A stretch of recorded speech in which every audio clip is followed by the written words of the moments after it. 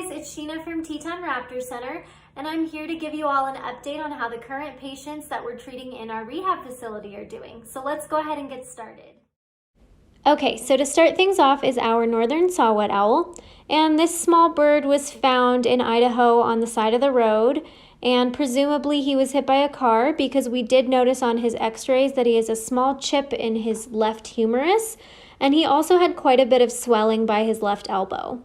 We are trying to get the bird to start self-feeding so that he can eat on his own. Here's just a short little video of us offering him some pieces of food, and the good news is that he is eating on his own now. Next up is Golden Eagle 3-1, and this bird was admitted to TRC after being hit by a car.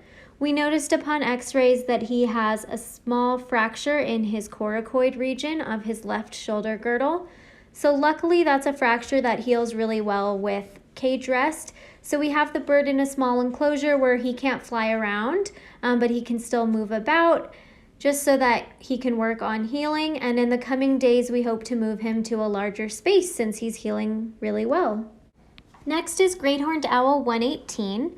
And this bird was initially admitted to Teton Raptor Center back in January because he was entangled in barbed wire. And some really exciting news is that this bird actually just got released this week in Farson, Wyoming, right where he was found. And the release went really well, and we were super excited to get this bird out the door. And here's a quick little video of this great horned owl being released this week.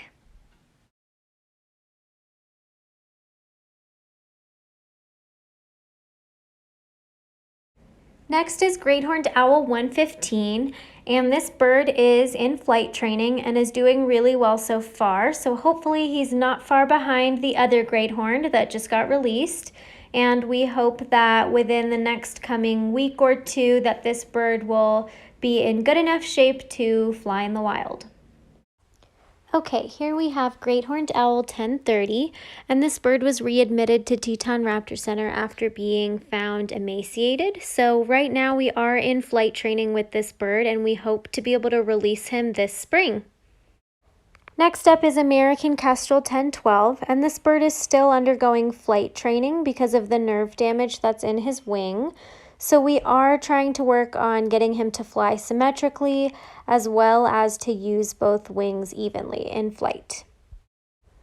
Here we have Great Gray Owl 1010, and this bird is also undergoing flight training as well as daily physical therapy and laser therapy. And this is just to help loosen up his wrist and his elbow a little bit to get him flying symmetrically. And last but not least is American Kestrel 76. So this kestrel is a non-releasable bird that has been deemed worthy for education placement. So he's actually going to be transferred to a center in North Carolina, and we are still awaiting the paperwork approval on that, as it can take quite a bit of time.